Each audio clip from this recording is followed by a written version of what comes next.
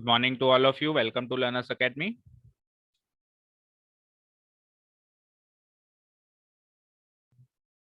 Is my voice clear to all of you? Good morning, sir. Good morning. Good morning, sir.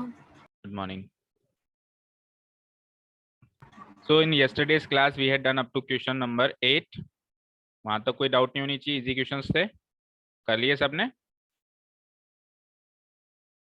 Yes, sir. ठीक है, तो let us quickly move to the question number 9. Question number 9 and question number 10 are even easier than question number 7 and 8. देखो 7 and 8 में matrix पूरी पता लगानी थी, 7th and 8th में क्या करना था, देखो इसमें एक्स एंड वाई यानी दोनों मैट्रिक्सेस पता लगानी थी, हमको पूरी एक मैट्रिक्स पता लगानी थी X and Y, and same चीज क्वेश्चन नंबर 8 में थी, पूरी मैट्रिक्स पता लगानी थी एक्स। अब की बार हमको देखो यहाँ पे क्या कह रहा है, find small X and small Y. That means आपको बताया हुआ है ना कि small X and small Y किस चीज को डिनोट करते हैं, मैट्रिक्स को नहीं डिनोट करते हैं, मैट्रिक्स के एलिमेंट्स को डिनोट करते हैं या एंट्रीज जिसको अपन कहते हैं। तो देखो x यहाँ पर है, y यहाँ पर, तो ये इवन इजियर है उससे भी, आपको केवल एक एलिमेंट और एक एलिमेंट यहाँ पे पता लगाना है, दैट्स इट, और उसके अलावा कुछ भी नहीं करना है। तो पूरी मैट्रिक्स पता लगाओ, वो तो भी इजी है, लेकिन वो थोड़ा सा हल्का सा कह सकते हैं लेंदी है, और ये उससे भी ज्यादा इजी है। तो एक ये वाला क्वेश्चन मैं करवा देता हूँ, और फिर 10th वाला आप होमवर्क मार्क कर लेना, वहां पे X Y Z and T चारों आपको एलिमेंट्स निकालने। तो let us do question number 9, start writing. जो गिवन है वो लिखते हैं पहले। Here it is given that, किसी किस्म की डाउट हो तो प्लीज बोल दीजिएगा। 2 इंटू 2/2 की मैट्रिक्स है, 130x प्लस सेकेंड मैट्रिक्स है y 012, और ये पूरी whole thing is equal to another matrix 5618।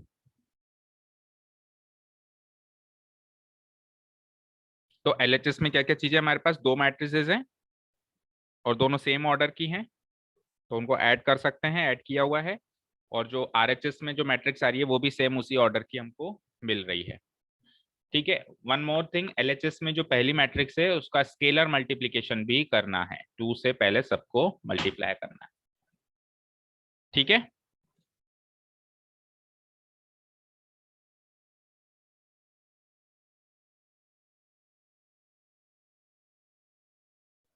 लिख लिया यहां तक सभी ने?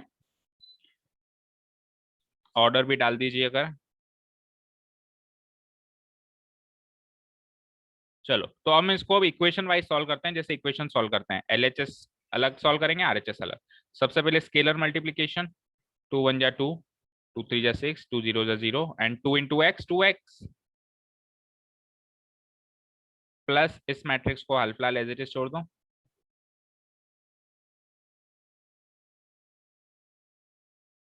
आरएचएस में जो मैट्रिक्स है उसको भी एज इट इज छोड़ दो।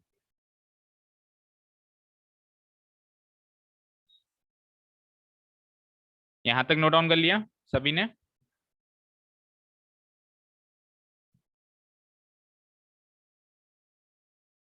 बोलो बच्चों, हो गया यहाँ तक? ठीक है, अब देखिए दो तीन बातें सुनिए। देखो हम इसके आगे कैसे आगे बढ़ेंगे, बहुत सारे तरीके हैं। चाहो तो एलएचएस में पहले इन दोनों को ऐड कर दो, element to element, corresponding elements को ऐड कर दो, फिर एक मैट्रिक्स बन जाएगी, उसको इससे इक्वेट कर दो। तो इक्वालिटी ऑफ मैट्रिसेस के हिसाब से कॉरस्पॉन्डिंग एलिमेंट्स को इक्वेट करके हम एक्स एंड वाई की वैल्यू निकाल सकते हैं। चाहो तो हम क्या कर सकते हैं, इस मैट्रिक्स को यहीं रहने दो और इस मैट्रिक्स को वहां पहुंचा दो, उधर जाके ये माइनस हो जाएगी, लेकिन वो करना इतना ज्यादा हमारे लिए फायदेमंद नहीं होगा क्योंकि यहाँ पर भी वेरिएबल है। लेकिन सपोज करो यहाँ पे वेरिएबल नहीं होता, मान लो ये y मेरा यहाँ होता और ये 2 मेरा यहाँ होता, तो अब सेकेंड मैट्रिक्स में सारे रियल नंबर्स हैं, 2 0 1 2, सारे स्केलर्स हैं या सारे एक तरीके से कांस्टेंट नंबर्स हैं। तो फिर अगर ऐसा क्वेश्चन होता तो इस मैट्रिक्स को मैं क्या कर देता, एल आर एच एस में शिफ्ट करके माइनस कर देता और एक मैट्रिक्स बना देता, वो ज्यादा फायदेमंद होता। फिर मैं इक्वेट कर लेता। लेकिन क्योंकि यहाँ पे इसको अगर मैं आरएचएस में भेज भी दूंगा तो भी वेरिएबल चला जाएगा वहां पे, जबकि वेरिएबल को हमेशा हम एलएचएस में रखते हैं। तो फिर इस केस में हम पर्टिकुलरली क्या करेंगे, पहले ऐड कर देंगे इन दोनों को। तो वही element to element add, 2 + y, 6 + 0, 0 + 1, 2x + 2 of order 2/2 equal to 5। Excuse me sir. बोलो तनिषा। सर अगर जैसे अपन मैट्रिसेस को सॉल्व करे बिना ही डायरेक्ट एंट्रीज की सॉल्यूशन कर देते तो? ना, that is not the correct way. क्योंकि आपने सपोज करो आप ऐसे करना चाह रहे हो, वो फिर डिपेंड करता है। मान लो कि अगर ऑब्जेक्टिव क्वेश्चन हो, ऑप्शन वाला क्वेश्चन हो, तो ऑब्वियसली वहां पे तो फर्क नहीं पड़ता आपने कैसे आंसर लाए हो। लेकिन सब्जेक्टिव है तो आप ये कहना चाह रहे हो कि आप डायरेक्ट लिख दो x + 2 = 8, ये कहना चाह रहे हो। Yes sir. बट हमारे पास ऐसी कोई प्रॉपर्टी नहीं है ना, हमारे पास प्रॉपर्टी है इक्वालिटी ऑफ टू मैट्रिसेस की। इक्वालिटी ऑफ टू मैट्रिसेस की प्रॉपर्टी है कि ऑर्डर सेम बाय सेम हो और दोनों मैट्रिसेस इक्वल कब होंगे, जब कॉरस्पॉन्डिंग एलिमेंट्स इक्वल होंगे। तो यहाँ पे तो दो मैट्रिक्स मतलब नहीं होगी ना, तीन हो गई। तो तीन को पहले मर्ज करके दो में कन्वर्ट करेंगे, अब उसके लिए इन दोनों को ऐड करना पड़ेगा। समझ गए प्रियांशी? प्रियांशी ने पूछा है ना? Yes sir.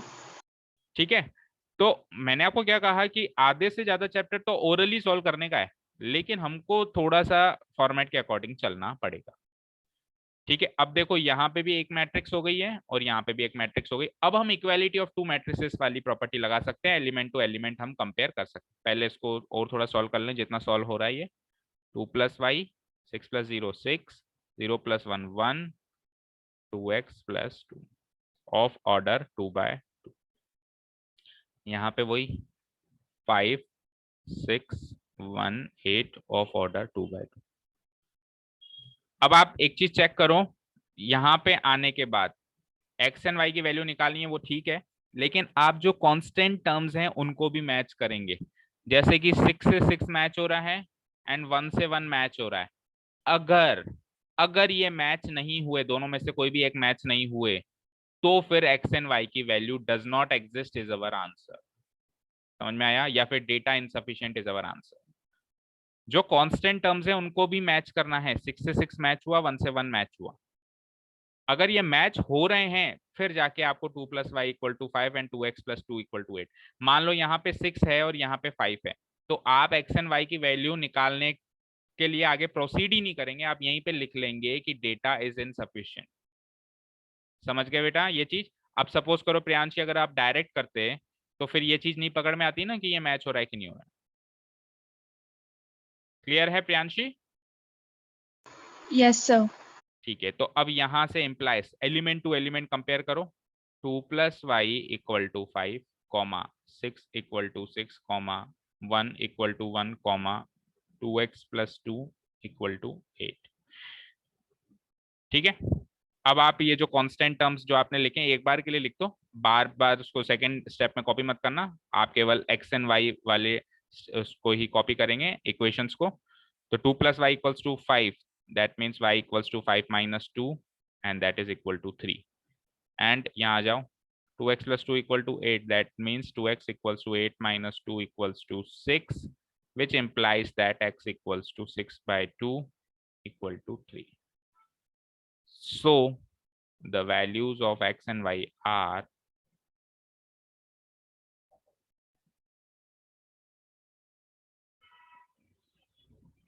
x की वैल्यू है 3, y की वैल्यू भी है 3, 3 and 3 is our answer।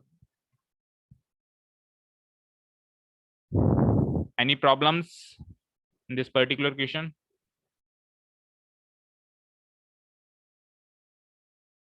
काफी इजी है, बोलो बच्चों कोई डाउट्स?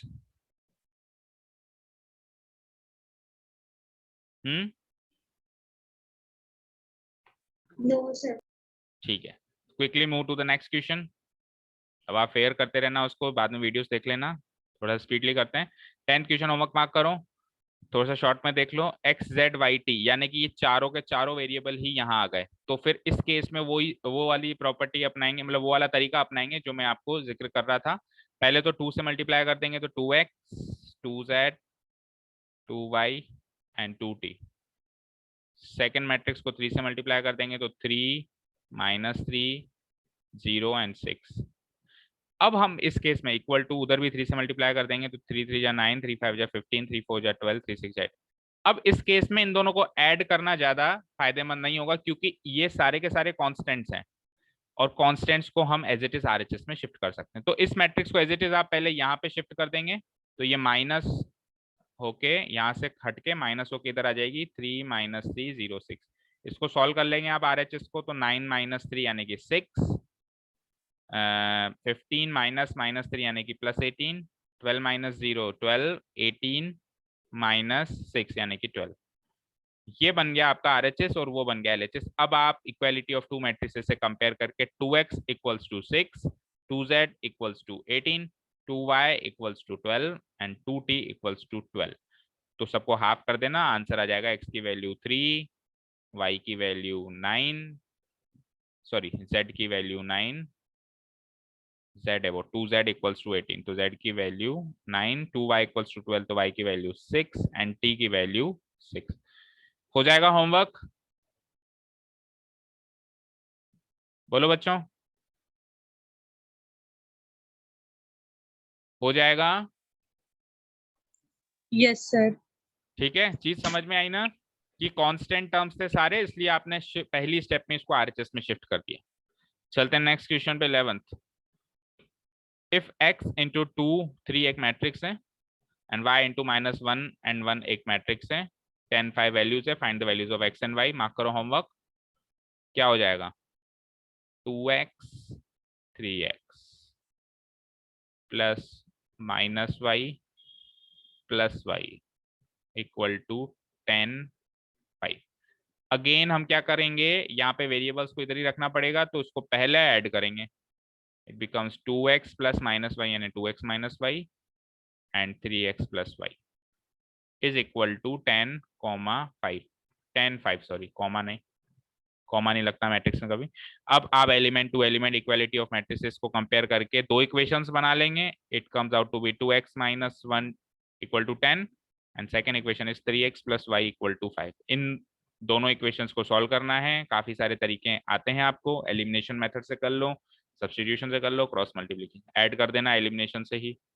तो 2x + 3x 5x 15, x की वैल्यू 15/5 यानी कि 3। इसको पुट कर दो यहाँ पे तो 2 3 जा 6 -y = 10, y की वैल्यू हो जाती है 6 - 10 यानी कि -4। Excuse me sir. हाँ बोलो बच्चों। सर क्रॉस मल्टीप्लिकेशन मेथड भूल गए, एक बार ऑरली बता दो। क्रॉस मल्टीप्लिकेशन मेथड भूल गए? कल की वीडियो वॉच करो क्लास 10th यूट्यूब पे, ठीक है, यू विल गेट नॉलेज। थोड़ी 5-10 मिनट की ही देख लेना, उससे पता चल जाएगा।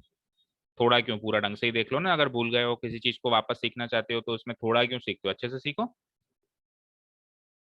Okay sir. क्लास 10th की वीडियो अपलोड की हुई है कल की, पर 2-3 दिन से वहां पे क्रॉस मल्टीप्लिकेशन ही चल रहा है। आप कल की ही वीडियो देख लेंगे तो आपको पता चल, कल की नहीं पता चलेगा बेटा, परसों की देखना, 1 जून की देखना, ठीक है, वहां से पता चल जाएगा। Yes sir. Question number 12, 3 × this matrix equal to this matrix plus this matrix. चलो बताओ क्या होगा। 3x 3y 3z 3w RHS में ऐड कर दो। x + 4 6 + x + y -1 + z + w and 2w + 3। कोई डाउट यहां तक? यहाँ पे एलिमेंट टू एलिमेंट ऐड कर दिया, वहां पे 3 से सबको मल्टीप्लाई कर दिया, स्केलर मल्टीप्लिकेशन कर दिया। तो LHS तैयार है, RHS तैयार है। 2x2 की मैट्रिक्स, 2x2 की मैट्रिक्स, इक्वालिटी ऑफ मैट्रिक्स का फंडा लगाएंगे तो हम कंपेयर करते हैं। चलो तो देखो आप ये चीज देखो, x किस किस में है, x एक तो फर्स्ट एलिमेंट में और एक सेकेंड एलिमेंट में है, और y किस किस में है, y जो है ये x + 4 है ना, y जो है वो सेकेंड एलिमेंट में है ओनली, अच्छा, z किस किस में है, थर्ड एलिमेंट में है ओनली, एंड फिर w किस किस में है, फोर्थ एलिमेंट में एंड थर्ड एलिमेंट। चलो तो सबको कंपेयर करना पड़ेगा, पहले को पहले से कंपेयर करो तो वहां से x की वैल्यू आ जाती है, क्लियर कट। x को इधर बुलाओगे 2x equal to 4, x equal to 4/2 यानी कि 2 आ गया x। सेकंड को सेकंड से कंपेयर करो, 3y equal to 6 plus x plus y. अब x पहले नहीं था लेकिन अब x की वैल्यू आ गई तो वो पुट कर सकते हो आप यहाँ पे, 6 प्लस x की वैल्यू आप पुट कर दो 2 प्लस वाई, ये हो जाता है 3y equal to 8 plus y, y को यहाँ बुलाओ 3y minus y equal to 8, 2y equal to 8, y equal to 8/2 यानी कि 4। तो x एंड y की वैल्यूज आ चुकी हैं 2 एंड 4। अब जो बची हुई जो z एंड w है उसको तीसरा और चौथा एलिमेंट कंपेयर करके सॉल्व करो। तो देखो, तीसरे एलिमेंट को पहले कंपेयर करोगे तो फायदा नहीं होगा क्योंकि यहाँ पे दो वेरिएबल हैं z और w। तो पहले चौथे वेरिएबल को कंपेयर कर लो, वहां से w एज इट इज आ जाएगा, 3z equal to, oh sorry 3w equal to 2w plus 3, तो 3w minus 2w equal to 3w equal to 3। अब आप चौथे एलिमेंट को कंपेयर करो क्योंकि now you have the value of w, पहले w की वैल्यू नहीं थी तो तीसरे एलिमेंट को कंपेयर करने से कुछ ज्यादा फायदा होता नहीं। अब आप यहाँ पे w की वैल्यू पुटअप कर दो, -1 प्लस z प्लस w की वैल्यू हो गई 3, 3z इक्वल्स टू -1 प्लस 3 हो गया 2, 2 प्लस z को वहां बुलाओ equal to 2, 2z equal to 2, z equal to 2/2 यानी कि 1। तो इस तरीके से चारों वैल्यूज आ गई, x की वैल्यू 2, y की वैल्यू 4, w की वैल्यू 3 एंड z की value 1। Please check the answer from behind answer की, जल्दी से चेक करो एंड कंफर्म करो करेक्ट है ना आंसर्स। आंसर मिसमैच हो तो क्लास के टाइम ही बता दिया करो, नहीं तो क्या होता है कि आप फिर बाद में देखते हो फिर वो कई बार मिसमैच होता है फिर आप नेक्स्ट डे बताते हो तो वो थोड़ा सा टाइम वेस्टेज ऑफ टाइम भी हो जाता है। भाई यहाँ पे हमने सारा इलस्ट्रेशन किया हुआ है, कुछ गलती होगी तो यहीं पे करेक्ट कर देंगे ना। अब मान लो आप कल बताओगे तो कल फिर यही इलस्ट्रेशन फिर से करूँ, फिर से देखूं और फिर चेक करूं क्या गलती हुई थी, और अभी कोई गलती होगी तो यहीं से चेक हो जाएगा। इसलिए आप हर एक क्वेश्चन का आंसर क्लास के टाइम ही आंसर की से मैच करें, और अगर गलती हो तो हैंड टू हैंड बोले, मतलब गलती का मतलब राइट है सर। राइट है। कोई डाउट है इस क्वेश्चन में 12th में? No sir. No sir, very good. Question number 13, if fx equals to, अब क्वेश्चन नंबर 13 को इंपॉर्टेंट क्वेश्चन मार्क करो। अब फंक्शंस का यहाँ पे एप्लीकेशन हो रहा है मैट्रिसेस में। अच्छा, फंक्शन को हम एफ एक्स ऐसे लिखते थे याद हो तो, अब बताओ उन्होंने कैपिटल एफ एक्स क्यों लिखा है? ऐसे ही जनरल नॉलेज का क्वेश्चन है, बताओ कोई बता सकता है कैपिटल एफ एक्स क्यों लिखा है? फंक्शन को तो अपन स्मॉल एफ एक्स लिखते थे, ये स्मॉल जी एक्स बिकॉज़ ये मैट्रिक्स है। ये मैट्रिक्स है। फंक्शन यहाँ पे मैट्रिक्स पे अप्लाई हो रहा है और मैट्रिक्स को हमेशा कैपिटल लेटर से डिनोट कराते हैं, इसलिए इसने कैपिटल एफ एक्स लिखा है बस, और कोई ज्यादा कोई लॉजिक नहीं है इसके पीछे। तो एफ एक्स अगर एक मैट्रिक्स है यानी कि एक्स कोई एलिमेंट है, देखो एक मशीन है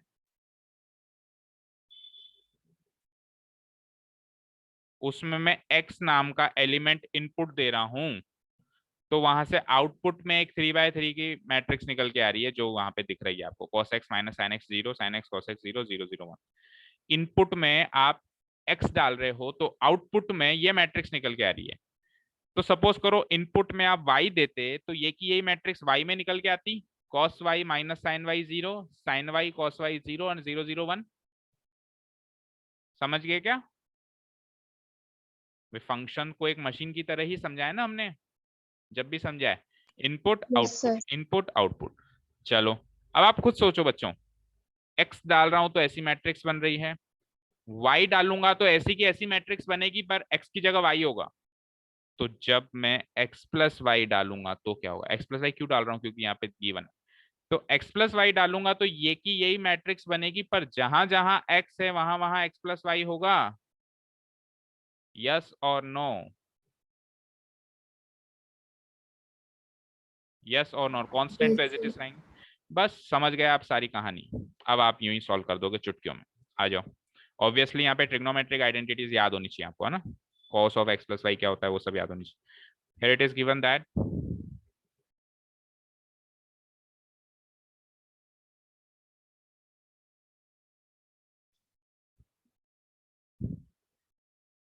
मैट्रिक्स फंक्शन ऑफ x, इसको कैसे पढ़ेंगे हम, matrix function of x is 3/3 की मैट्रिक्स है,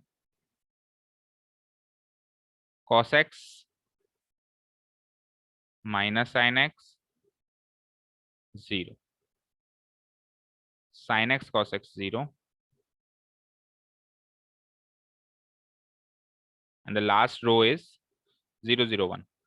हमेशा ना मैट्रिक्स को रो वाइज लिखने की आदत डालो, रो वाइज, उससे गलती नहीं होती। कई बच्चे कॉलम वाइज लिखते हैं इसको, तो उससे वो गलती करते हैं, क्योंकि हर एक, जैसे हम ऑर्डर लें, जैसे हम मल्टीप्लिकेशन कर रहे हैं, तो हम रो को पहली प्रायोरिटी दे रहे हैं, रो मल्टीप्लाई बाय कॉलम। जैसे अभी 3/3 लिख रहे हैं तो ये रो है और ये कॉलम। तो लिखने की आदत भी वैसे ही डालो, तो वो अपने जनरल हैंडराइटिंग में और अपने जनरल सबकॉन्शियस माइंड में वो चीज उस तरीके से फीड होती चली जाती है। 3/3। अब हमको क्या प्रूव करना है, टू प्रूव, ये तो है given,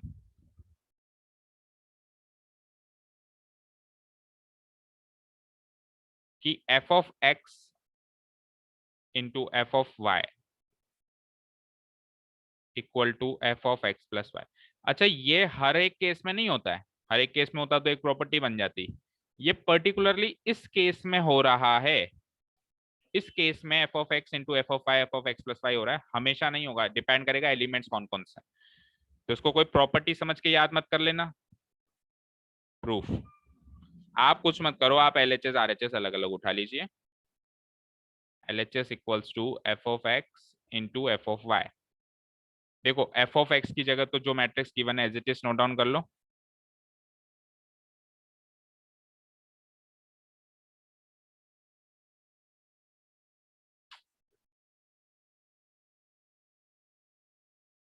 cos x minus sine x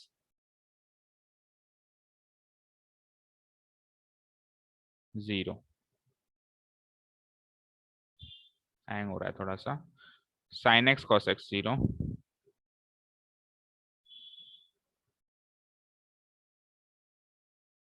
and 0 0 1। ये तो एफ ऑफ एक्स की जगह एज इट इज नोट हो गया, बोलो यहां तक तो कोई दिक्कत नहीं होगी, बोलो बच्चों। 3/3। अब एफ ऑफ, बात रही एफ ऑफ वाई की, तो अभी अभी आपको मैंने करके बताया ना कि जहां जहां एक्स है वहां वहां वाई लिख लो। तो ये हो जाएगा cos y minus sine y, और कांस्टेंट तो चेंज नहीं होगा 0, sine y cos y, constant change नहीं होगा 0 0 0, लास्ट रो तो पूरी कांस्टेंट की है 0 0 1। 3/3। अब मुझे बताओ यहां तक कोई डाउट है क्या किसी को भी, बोलिए। No sir. नो। अब इसका प्रोडक्ट पहले डिफाइंड है कि नहीं है वो चेक करेंगे। 3 से 3 मैच कर रहा है तो प्रोडक्ट डिफाइंड है कि नहीं है, बोलो। यस सर है। और इसका प्रोडक्ट जो आएगा वो कितने बाई कितने की मैट्रिक्स होगी, 3/3। 3/3। तो हम, अब आपकी इच्छा है, इसके आगे आप एक गाइडिंग मैट्रिक्स बनाना चाहें तो आपकी इच्छा, नहीं तो अब तो इतने सारे प्रोडक्ट कर लिए तो अब तो डायरेक्ट भी करना सीख ही गए होंगे, सीख गए हो ना। बोलो पहला एलिमेंट के लिए क्या करेंगे, फर्स्ट रो फर्स्ट कॉलम, यही करते हैं, यही करते हैं, करो। cos x into cos y क्या होगा, cos x cos y minus sine x into, अच्छा प्लस लगाते हैं हम बीच में, है ना, प्लस लगाते हैं, लेकिन यहाँ पे माइनस साइन एक्स है तो ये माइनस हो जाएगा, minus sine x sine y. और लास्ट एलिमेंट को जब आप देखोगे तो 0 इंटू 0 क्या हो जाएगा, 0 ही हो जाएगा, प्लस 0। समझ आया, समझ आया बच्चों, बोलो। अब यहाँ पे थोड़ी स्पेस की कमी रहेगी तो मैं थोड़ा इसको यहाँ से नोट डाउन करना शुरू करता हूँ।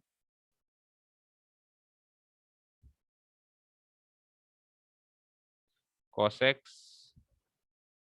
cos y minus sine x साइन y और फिर लास्ट में +0। चलो सेकेंड एलिमेंट पे चलते हैं।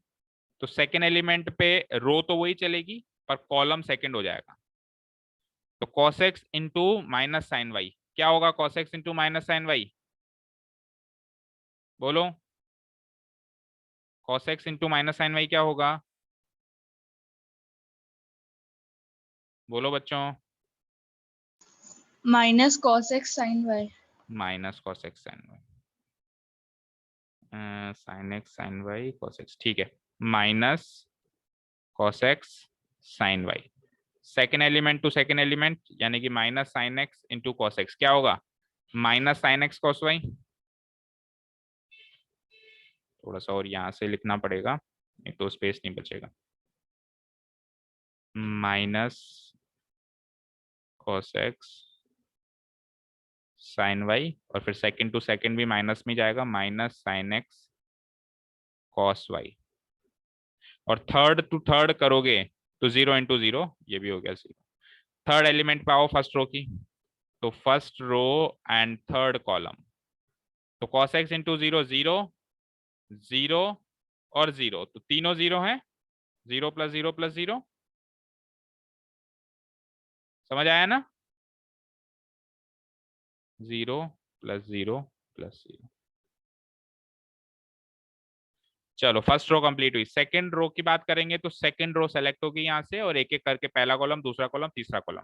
तो sine x into cos x into sine y, 0 into 0। Sine x into cos x क्या होगा? Sine x cos y. Second element पे आओ, cos x into sine y plus cos x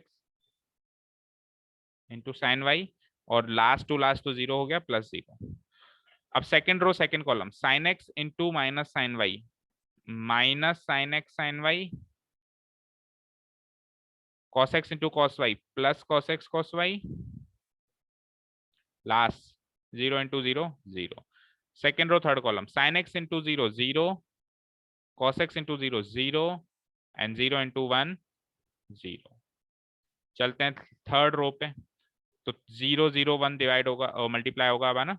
तो 0 into cos x, 0 into sine y, 1 into 0। तो 0 into cos x 0, 0 into sine y 0, and 1 into 0 0। Second पे चलो, second row second column, 0 into minus sine y 0, 0 into cos y 0, and 1 into 0 0। और last row last column, 0 into 0 0, 0 into 0 0, लेकिन last में 1 into 1 1 हो जाएगा। So this is our final matrix. यहां तक कोई डाउट हो तो पूछो। बोलो राजा, समझ में आया यहाँ तक? Yes sir. सिंपल मल्टीप्लिकेशन है, बस थोड़ा सा फोकस करते हुए चलना है। एक बार भी अगर सावधानी हटी, दुर्घटना घटी। इधर उधर बिल्कुल ध्यान नहीं देना, बिल्कुल एलिमेंट टू एलिमेंट अच्छे से मल्टीप्लाई करना। अब इसको सॉल्व कर लो अच्छे से। तो cos x cos y ये हो जाता है cos x cos y minus sine x sine y. 0 को ऐड करेंगे, लिखने की जरूरत नहीं है। सेकेंड एलिमेंट क्या हो जाएगा? 0 को ऐड कर दो तो वही सेम चीज आएगी। और यहाँ पे देखो, ये माइनस माइनस को कॉमन ले लो, तो माइनस माइनस को कॉमन ले लूं तो ये हो जाएगा cos x sine y plus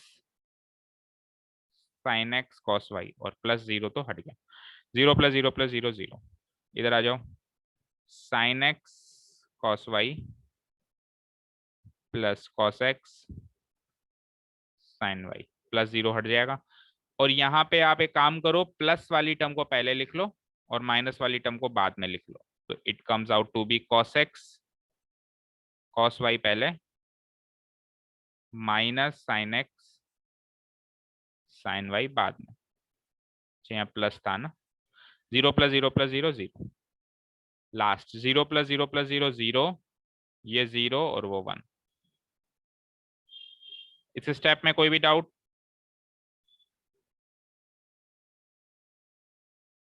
बोलो Kanishka. No sir. Priyanshi, no sir. Pragati, No, sir. ठीक है। तो अब आपको ट्रिग्नोमेट्रिक आइडेंटिटीज आनी चाहिए, तो बताते जाओ जल्दी जल्दी। cos x cos y minus sin x sin y क्या होता है? cos x plus y. cos of x plus Y,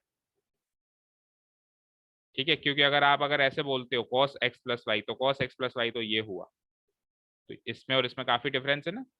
cos of x plus y, आप cos ऑफ बोलो, cos ऑफ, फिर हल्का सा एक आधे सेकंड का पॉज मारो और फिर एक ही फ्लो में बोलो x प्लस वाई। समझे बेटा, जितना सही बोलेंगे उतना सही लिखेंगे। Yes. cos of x plus y, ये बोलना क्या होगा, माइनस तो एज इट इज लगा देता हूँ ये लो मैंने। अब है अंदर cos x sin y plus sin x cos y, ये क्या होता है, Sin of x plus y. Very good, sine of, तो ये ब्रैकेट अब हटा दो, माइनस ऐसे ही लगा दो, minus sine of x plus y, third element zero रहेगा ही रहेगा। आ जाओ fourth element, sine x cos y plus cos x sine y, क्या होता है ये, वही सेम चीज, Sin of x plus y. वही सेम चीज अभी जो ऊपर आई थी, बस वहां पे ये बाहर माइनस साइन लगा हुआ है, क्योंकि देखो ये चीज और ये चीज तो सेम है ना, this thing and this thing is exactly the same, बस यहाँ पे माइनस लगा हुआ है तो ये माइनस यहाँ लग जाएगा, और बाकी ये चीज और ये चीज एज इट इज मैच करती है, और ये चीज और ये चीज एग्जैक्टली मैच है शायद, देखो है क्या, है बिल्कुल है, तो ये वही सेम चीज हो जाएगी जो यहाँ पर है ना, cos of Yes, sir. X plus y, बाकी सब कांस्टेंट है, छाप दो, 0 0 0 1, दैट्स इट। इससे ज्यादा ये एल एच एस को हम सॉल्व नहीं कर सकते। आते हैं हम आर एच एस।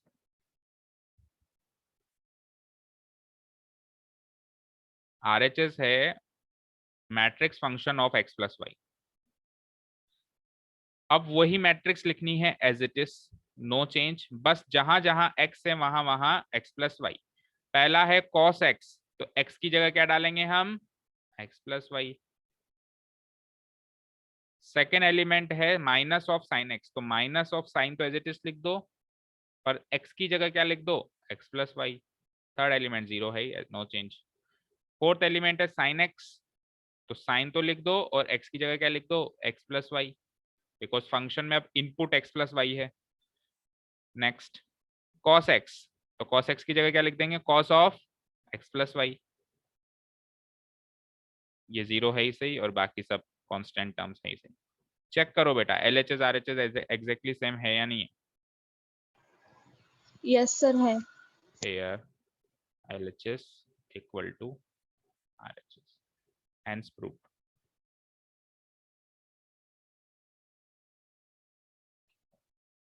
तो इंपॉर्टेंट भी मार्क कर दो ये क्वेश्चन, क्योंकि कौन सी ट्रिग्नोमेट्रिक आइडेंटिटी यूज होती है even I do not know. तो जैसे हम पुराने चैप्टर्स करते जा रहे हैं तो उनकी एप्लीकेबिलिटी ऑब्वियसली अगले चैप्टर्स में आएगी ही आएगी। हो सकता है कोई और ट्रिग्नोमेट्रिक आइडेंटिटी आ जाए नेक्स्ट क्वेश्चन में, पर तरीका यही रहेगा, आपको क्या है, इनकी वैल्यूज निकालनी है सबसे पहले। इनकी एफ ऑफ एक्स की गिवन है, आपको एफ ऑफ वाई की निकालनी है इसकी मदद से, एक्स की जगह वाई पुट अप करके, और फिर f of x plus y की निकालनी है, एक्स की जगह x plus y put up करके। फिर जो भी आपको सिमेट्री गिवन है, जैसे प्रोडक्ट किया हुआ है तो प्रोडक्ट कर दो, ऐड करने के लिए दिया हुआ है ऐड कर दो, जो भी करने के लिए दिया हुआ है वो आप कर दो। कोई डाउट इस क्वेश्चन में, Excuse me, sir. बोलो।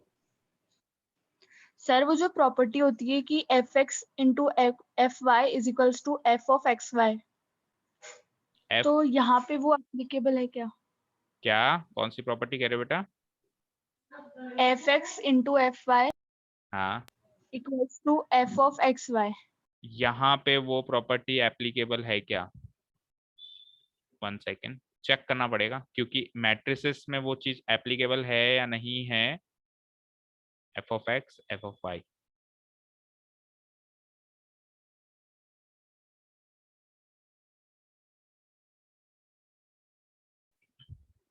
नहीं होगी बेटा, मैट्रिसेस की दुनिया में नहीं होगी, सॉरी नहीं होगी, क्योंकि अगर आप एफ ऑफ एक्स वाई लगा देते हो तो वो तो फिर कुछ ऐसी मैट्रिक्स बनेगी, cos x y minus sine x y 0।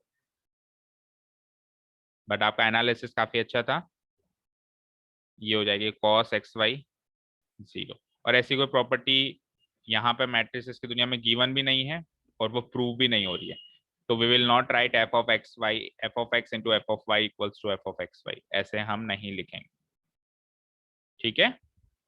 Even ऐसे भी हम नहीं लिखेंगे, ये भी कोई प्रॉपर्टी नहीं है, तो केवल इस क्वेश्चन में अप्लाई हो रहा है, ठीक है बेटा। क्योंकि मैट्रिसेस में Yes, प्रोडक्ट sir. करने का तरीका अलग है ना, मैट्रिसेस में प्रोडक्ट करने का तरीका एलिमेंट टू एलिमेंट नहीं है, रो टू कॉलम है। अभी ये तो अगर अपन एक्स वाई लिख देते हैं तो ये तो एलिमेंट टू एलिमेंट प्रोडक्ट हो गया, एक तरीके से एलिमेंट टू एलिमेंट प्रोडक्ट हो गया, ठीक है। जबकि मैट्रिसेस की दुनिया में प्रोडक्ट करने का तरीका डिफरेंट है, इसीलिए f of x into f of I f of x y नहीं लिखा जाएगा। Clear? Any other query? No, sir. ठीक है, चलते हैं नेक्स्ट क्वेश्चन पे।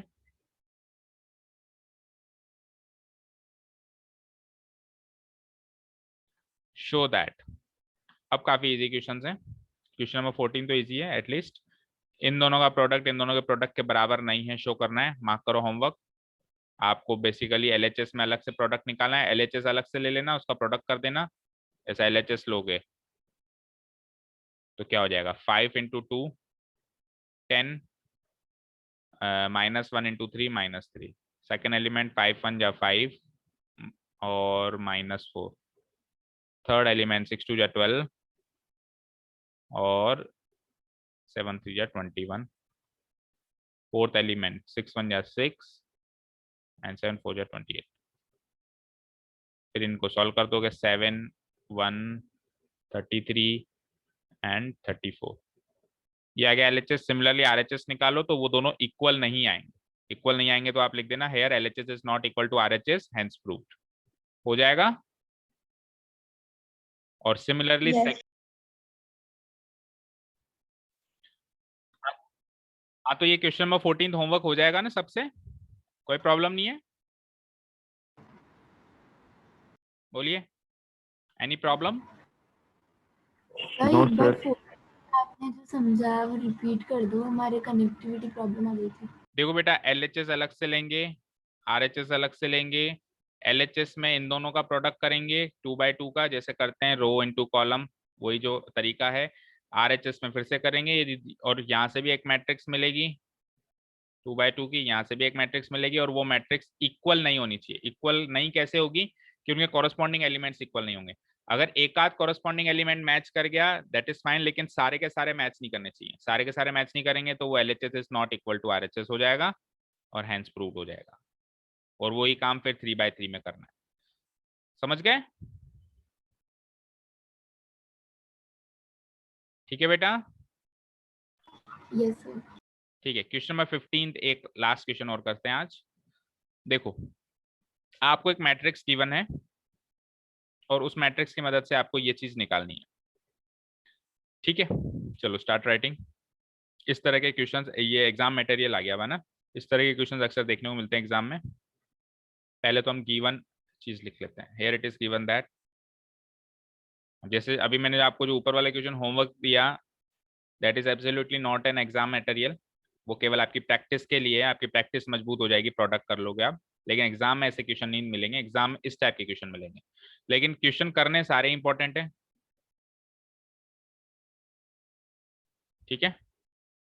2 2 1, सॉरी देखो अब मैं भी गलत कर रहा हूँ, रो वाइज रीड करना चाहिए। 2 0 1 2 1 3,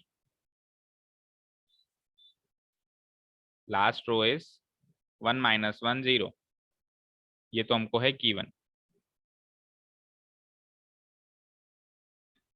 अब हमको किसी एक पर्टिकुलर चीज की वैल्यू निकालनी है। ए स्क्वायर -5a + 6i, ये चीज मुझे निकालनी है। ए स्क्वायर -5a + 6i, इस चीज की मुझे वैल्यू निकालनी। तो ए स्क्वायर का मतलब क्या है, इस मैट्रिक्स को ए मैट्रिक्स से ही मल्टीप्लाई करो, ए को ए से मल्टीप्लाई करो, वो है ए स्क्वायर। -5a का मतलब क्या है, इस मैट्रिक्स को -5 से मल्टीप्लाई करो। और 6i का मतलब क्या है, i मीन्स क्या होता है बताओ, i मीन्स क्या होगा, आइडेंटिटी मैट्रिक्स। Identity matrix. और कौन से ऑर्डर की होगी वो, स्क्वायर मैट्रिक्स तो होती है लेकिन ऑर्डर वही रखना पड़ेगा जो कि ए का ऑर्डर है, तभी तो इन दोनों को ऐड कर पाओगे, क्योंकि ऐड करने के लिए ऑर्डर मैच करना चाहिए। तो आई का मतलब यहाँ पर है आइडेंटिटी मैट्रिक्स ऑफ ऑर्डर 3/3। इस तरह की आइडेंटिटी मैट्रिक्स हो जाएगी आई, उसको 6 से मल्टीप्लाई करना है और फिर इन सबको ऐड करके आंसर निकालना है, और आंसर भी एक स्क्वायर मैट्रिक्स आनी चाहिए 3/3 की। तो इनको अलग अलग सॉल्व करो। पहले पहला टर्म को सॉल्व करते हैं, ए स्क्वायर। तो ए स्क्वायर का मतलब है सिंपली ए इंटू ए डॉट है, तो ए के बगल में ए को ही रख दो और प्रोडक्ट निकालो जल्दी से। 2 0 1 2 1 3 1 -1 0। वापस ये की ए मैट्रिक्स रख दो, 2 0 1 2 1 3 1 -1 0।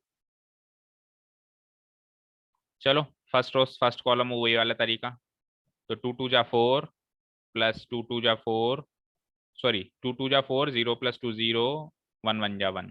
सेकेंड एलिमेंट में आओ, 2 0 जा 0, 0 1 जा 0 एंड 1 × -1 -1। थर्ड एलिमेंट पे आओ, 2 1 जा 2, 0 3 जा 0 और 1 0 जा 0। फोर्थ एलिमेंट पे आओ, 2 2 जा 4, 1 2 जा 2, 3 1 जा 3। ये +1 यहाँ पे ना, 2 2 जा 4, 0 2 जा 0, ठीक है। फिफ्थ एलिमेंट पे आओ, 2 0 जा 0, 1 1 जा 1, 3 × -1 -3।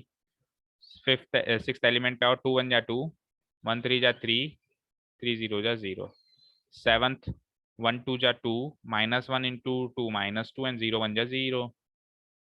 आ जाओ, 1 × 0 0, -1 × 1 -1 एंड 0 × -1 0।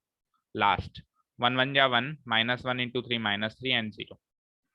सॉल्व करो, ऑर्डर लिख देना 3/3, मैच कर ही रहा है 3/3। ऑर्डर डिफाइंड मतलब प्रोडक्ट डिफाइंड है ही सही, 3/3। 4 + 0 + 1 5, ये हो जाएगा -1, ये हो जाएगा 2, 6 एंड 3 9, ये हो जाएगा 1 -3 -2 5, ये 0, ये -1 -2। एक बार चेक कर लो सारा कैलकुलेशन सही है ना, केवल कॉपी पेस्ट नहीं करना हमको है ना, कि सर ने कर दिया उतार लेते हैं। एग्जाम में कोई नहीं करेगा, एग्जाम में खुद को करना है। तो आप लोग भी क्रॉस वेरीफाई करो, यही आ रहा है ना सभी का।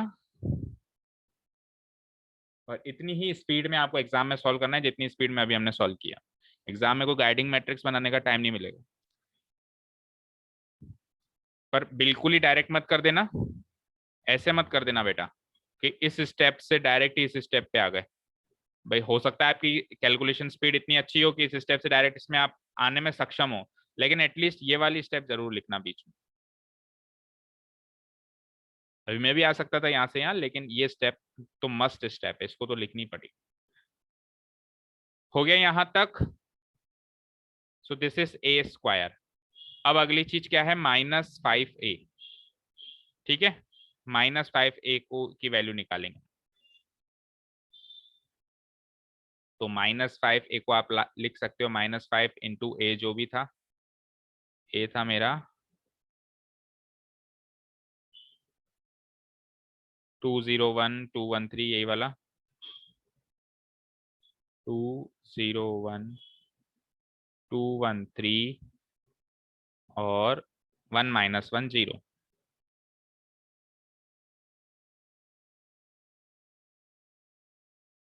तो स्केलर मल्टीप्लिकेशन करना है यहाँ, तो सिंपल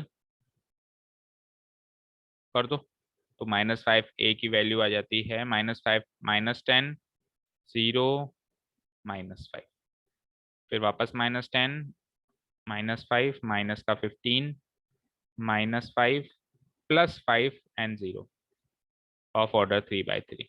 लास्ट में 6i बचता है, उसकी भी वैल्यू निकाल लो।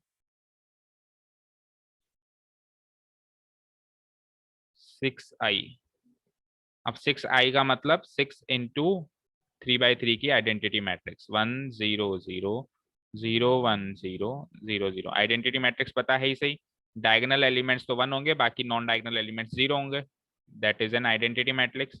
और उसको आइडेंटिटी मैट्रिक्स को किसी भी स्केलर से मल्टीप्लाई कर देते हैं, जैसे 6 स्केलर है तो it becomes a scalar matrix. 600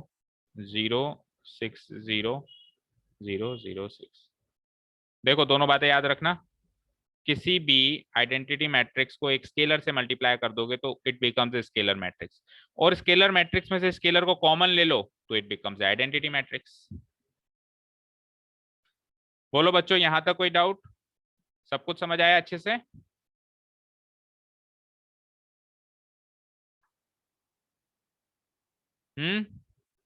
तो अब तीनों कंपोनेंट्स निकाल लिए हमने, जो हमको वैल्यू निकालनी थी उसके तीनों टर्म्स निकाल लिए हमने। अब बस इसमें उसकी वैल्यूज को पुट करो और एलिमेंट टू एलिमेंट ऐड कर दो। नाउ हमारा क्वेश्चन था a² - 5a + 6i, उसको दूसरी फॉर्म में, एडिशन फॉर्म में लिख दो माइनस वाली चीज को भी, तो ये हो जाएगा +-5a + 6i। अब तीनों चीज की आपके पास वैल्यू है। a² की वैल्यू लगाओ यहाँ पे, a² आया था 5 - 1 2। बोलो, आपने लिखा हुआ है ना, बोल के बताओ। 5 - 1 2, आगे क्या है? बोलो बोलो बोलो। 9 - 2 5। Last row 0 7 - 2। 0 7 2। 2 और सर 0 - 1 -2 है। 0 -1 -2 है भाई, क्या कर रहा है राजा? 7 नहीं है वो, -1 है, तो इसका मतलब तूने कॉपी पेस्ट किया है। वो -1 तेरे को थोड़ा ऐसे दिख के -7 दिख रहा है, दिख गया होगा। राजा, नकल में अकल होनी चाहिए। प्लस -5a की वैल्यू ये रही, -10 0 -5। मैं ही देख लेता हूँ, रहने दो आप लोग। 0 -5 -10 -5 -15 -10 -5 -15 -5 50 -5 50। देखो खुद की लिखावट हम समझ पाते हैं। जैसे अब वहां पे मैंने तो समझ लिया कि ये क्या है, -1 है। मैंने तो समझ लिया कि ये माइनस, क्योंकि मेरी खुद की लिखावट है, मैं समझ सकता हूँ। अब अगर आपने नकल बिना अकल के नकल करी है और आप इसको 7 समझ रहे हो, तो आप फिर आपकी लैंग्वेज में उसको 7 ही समझोगे, फिर आप उसको -1 नहीं समझोगे। तो इसीलिए मैं कह रहा हूँ आप भी साथ के साथ सॉल्व करते जाओ। तो जब आप साथ के साथ खुद सॉल्व करोगे तो फिर आप 7 थोड़ा ना लिखोगे, फिर आप -1 ही लिखोगे। +6i, 6i is very easy. 600 060 006। All of the matrices are of order 3 by 3। वैसे तो देखो सिस्टम तो ये कहता है कि एक बार में पहले 2 को सॉल्व करो, लेकिन चलो अब थोड़ा सा हम आगे बढ़ चुके हैं एक्सरसाइज में, तो हम तीनों एलिमेंट्स एक साथ जोड़ लेते हैं। तो 5 + -10 + 6, second element. -1 0 0, third element. 2 -5 0, next. 9 -10 0,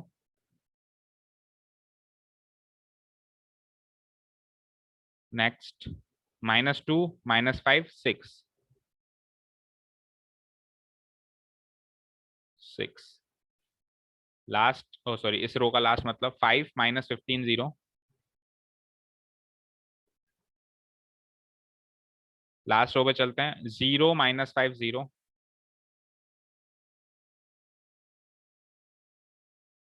-1 -5 0, and the last element -2 0 6।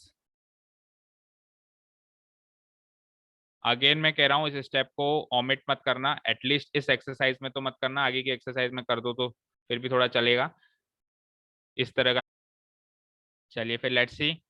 -1 second, ये वाला एलिमेंट देखिए, इसमें -2 + -5 यानी -7, -7 + 6 -1, एंड 5 -15 इज -10। लास्ट रो पे चलिए। 0 -5 0 -5, -1 प्लस -5 यानी कि -6 एंड लास्ट -2 प्लस 6 यानी कि +4 ऑफ ऑर्डर 3/3। मैच करो पीछे से, यही आंसर है क्या? जल्दी से। सर यहाँ पे -6 नहीं आएगा।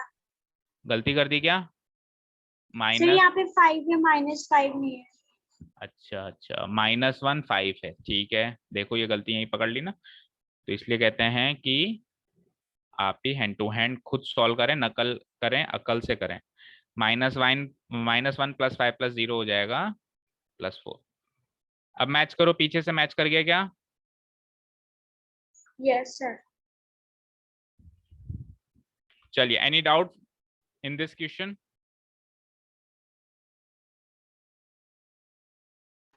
No sir. ठीक है, तो इस टाइप का एक क्वेश्चन और कर सकते हो क्या आप होमवर्क में? एटलीस्ट ट्राई तो कर सकते हो। Yes sir. तो आप करिए।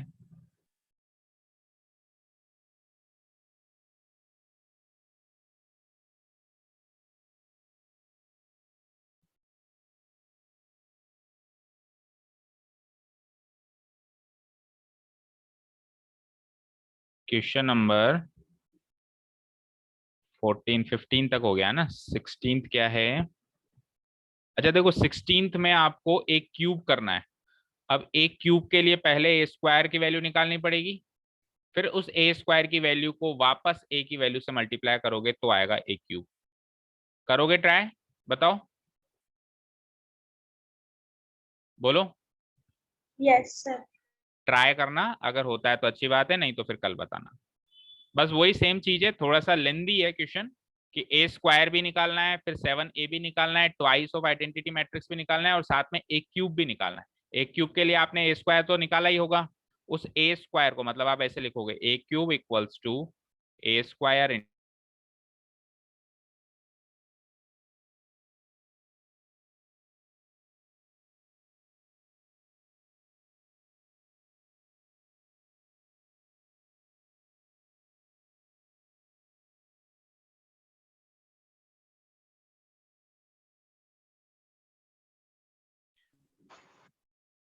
बोलो, ये ए क्यूब वाला कर लोगे?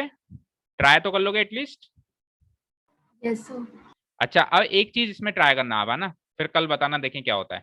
ए क्यूब की वैल्यू एक बार तो ए स्क्वायर इंटू ए से निकालना, रफली निकाल लेना जैसे, और एक बार ए इंटू ए स्क्वायर से निकालना, फिर हम कल डिस्कस करते हैं कि ये क्या होता है, सेम आती है कि अलग अलग आती है। ए स्क्वायर इंटू ए से निकालना और ए इंटू ए स्क्वायर से निकालना, ठीक है ना? Okay yes sir. भाई, ए स्क्वायर में तो क्या है, दोनों ए है, ए इंटू ए, तो इस ए को यहाँ लिखो या इस ए को यहाँ लिखो, कोई फर्क नहीं पड़ता। लेकिन ए क्यूब में एक तो ए स्क्वायर होगा और एक ए होगा, और हम जानते हैं प्रोडक्ट जो होता है वो नॉन कॉम्यूटेटिव होता है, तो हमको ए स्क्वायर इंटू ए लिखना चाहिए या हमको ए इंटू ए स्क्वायर लिखना चाहिए, यहाँ पे डाउट होता है बच्चों को।